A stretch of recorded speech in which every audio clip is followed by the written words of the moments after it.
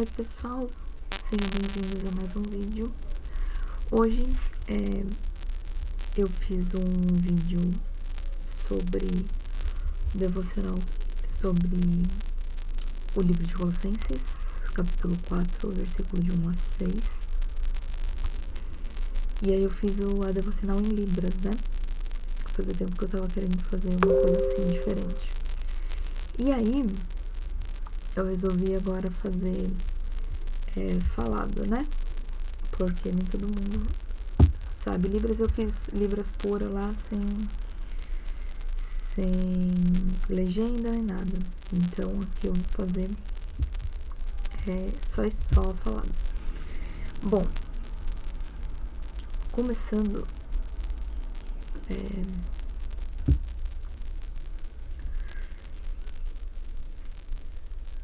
só para explicar o contexto, aqui Paulo tá falando para os colossenses tá dando alguns conselhos, né, algumas admoestações, e lá no capítulo 3 ele volta, antes de começar o capítulo 4, ele tá falando sobre Cristo, né, sobre a ressurreição, tudo aquilo que ele vivenciou antes da sua conversão. E o que ele aprendeu, né, com os demais apóstolos, eu acredito que é isso que ele tá passando aqui também. E aí ele termina o capítulo 3 falando dos deveres domésticos, sobre a submissão da mulher, eu vou falar isso mais pra frente, e sobre o amor que o homem deve ter pela mulher, e não se irritar contra a mulher, né? Então, feministas, prestem atenção. A Bíblia não é machista. E também fala sobre os filhos, né? Pra obedecer, para os pais não irritar os seus filhos. Fala de várias coisas, dos senhores, né? Dos servos obedecer aos senhores.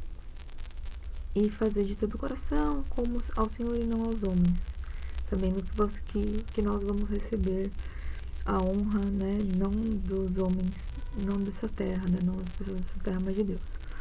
E aí começa com o capítulo 4, eu vou ler aqui como está escrito do versículo 1 ao versículo 6, diz assim: Vós, senhores, fazei o que for de justiça e equidade a vossos servos, sabendo que também tendes um Senhor nos céus. Perseverai em oração, velando nela com ação de graças, orando também juntamente por nós, para que Deus nos abra a porta da palavra, a fim de falarmos do ministério de Cristo, pelo qual estou também preso, para que o manifeste como que me convém falar. Andai com sabedoria para com os que estão de fora, remindo o tempo. A vossa palavra seja sempre agradável, temperada com sal, para que saibais como convém responder a cada um. Então, aqui Paulo está dando essa continuidade aí no que ele está falando no verso anterior, né? E no versículo 2, ele começa a falar sobre orar com perseverança e gratidão. O que isso quer dizer?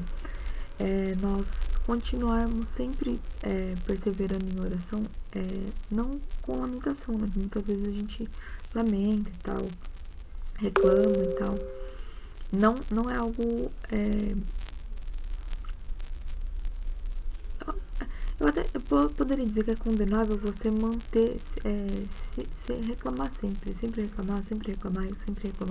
Mas na Bíblia você vai ver momentos onde Davi ou Jó estavam questionando Deus. Então, o questionar Deus não é algo errado. A questão é você murmurar, né? O errado é você murmurar. Então, aqui ele está falando orar com perseverança, sempre orar e sempre ser grato, né, apesar das dificuldades. Então, muitas vezes a gente vê na nossa situação atual, né, a gente tá no meio de uma pandemia, a gente tá no meio de uma troca de liderança, vamos dizer assim, né, de prefeitura, a gente diz. Então, às vezes a nossa tendência é reclamar, realmente. Mas a palavra de Deus diz que nós devemos ser gratos até pelas coisas ruins que acontecem, porque a gente vai ver lá em Romanos 8:28 que todas as coisas cooperam para o bem daqueles que amam a Deus. Então, mesmo as coisas ruins, mesmo as tragédias, mesmo as calamidades, e mesmo tudo o que acontece de ruim no mundo, Deus permite porque há um propósito. E também nós vemos que essa questão da perseverança, tanto em momentos bons nós devemos perseverar na oração, como em momentos ruins, momentos que nós estamos passando por provações. Por quê? Porque a provação, ela produz essa perseverança, produz a fé, entendeu? Para que nós sejamos maduros e íntegros, a palavra do Senhor diz. Então, isso é importante. Aí no versículo 3, Paulo pede para a igreja, né, de Colossenses orar por eles também, pela oportunidade de pregar o evangelho, mesmo em meio à provação. Por quê? O que Paulo estava sofrendo naquele momento? Ele estava preso. Ele fala, né, no final, pelo qual eu estou também preso. Por que ele está preso? Ele está preso por causa desse evangelho. Então ele pede para que a igreja ore para que o Espírito Santo o capacite, para que ele pregue esse evangelho, né? Ele continua no versículo 4, para que o manifeste como me convém falar. Então que o Espírito Santo capacite, apesar da aprovação, apesar da prisão, para que ele pregue o evangelho, não pelos méritos dele, né, que ele não se sobressaia nisso, mas pela humilhação que ele está passando, né, da prisão, e também em outras epístolas nós vamos ver que ele apanhou, né, foi chicoteado e tal, foi torturado. Então que isso seja motivo de força, né, de fortalecimento para ele, não de esmorecer na fé. Mais ou menos isso que ele está falando. E aí no versículo 5 ele pede sabedoria. Aí ele está falando, né, para a igreja, né, de Colossenses, fala para que eles peçam a Deus sabedoria para lidar com os ímpios e os neófitos. O que são isso? Os ímpios são as pessoas de fora da igreja, né, as pessoas não cristãs. E os neófitos são os novos na fé. Por quê? Porque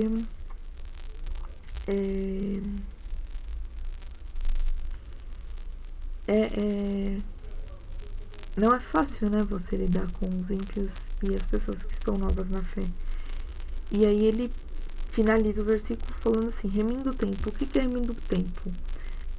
Aproveitando cada momento, cada minuto, cada segundo, para falar, né, do evangelho, para que não se perca tempo com outras coisas. E aí aqui a gente chama atenção nos nossos dias de hoje. Muitas vezes a gente perde tempo, eu falo por mim mesmo, a gente perde muito tempo na internet, a gente perde muito tempo assistindo séries, filmes. Não tô falando que a gente não tem que fazer isso, é importante, mas entre isso e o evangelho sempre tem que ser o que toma mais tempo na nossa vida. E não só se alimentar do evangelho, mas pregar ele. Principalmente pregar. Às vezes a gente tá muito acomodado, né? Sentado esquentando banco, como dizem muitas vezes ouvidos da igreja. Crente que esquenta banco. Realmente, muitas vezes nós somos crentes que esquentamos o banco. Nós ficamos sempre esperando o agir dos outros, né? O agir do presidente dos jovens, do isso, do aquilo, e a gente não faz a nossa parte. Esses dias um dos pastores estava dando aula lá na escola da EBD e estava falando assim, qual que é o momento que nós todos estamos servindo, né? É o momento de culto. Por quê? Porque quando a gente tem uma programação de juventude ou das mulheres, né, ou das crianças, alguns estão servindo e outros estão sendo servidos. Mas quando nós estamos prestando culto, todos estão servindo. O pastor está servindo, a igreja está servindo, o ministério de louvor está servindo, os diáconos estão servindo, os presbíteros estão servindo, todos estão servindo. Então todos têm algo em comum, estão servindo a Deus. Então, é isso que a gente tem que refletir. E para finalizar, o verso 6, ele fala que nós precisamos ter equilíbrio, né? Sabedoria para responder a cada um. Então, essa questão, né, dos ímpios e os neófitos. Então, equilíbrio e sabedoria, ele fala que a palavra seja temperada com sal. Fazendo referência ao que Cristo falou, né, que nós devemos ser o sal da terra. Que se o sal for insípido, para que vai prestar, né? Não vai servir para mais nada, a não ser jogado no meio do caminho, né, e ser pisado pelos homens. Então, nesse sentido que Paulo está dizendo aqui, que nós devemos usar esse tempero de forma equilibrada, né? É isso, gente. É o que eu tinha para falar hoje. Não necessariamente o que eu quero, né? Mas o que Deus me incomodou a falar hoje. Certo? Então, se você gostou, deixa o like aí. Não esqueça de comentar se vocês querem que eu traga algum versículo, algum texto específico da palavra de Deus. E compartilhem também. Beleza? Então é isso. Beijinho. Tchau, tchau.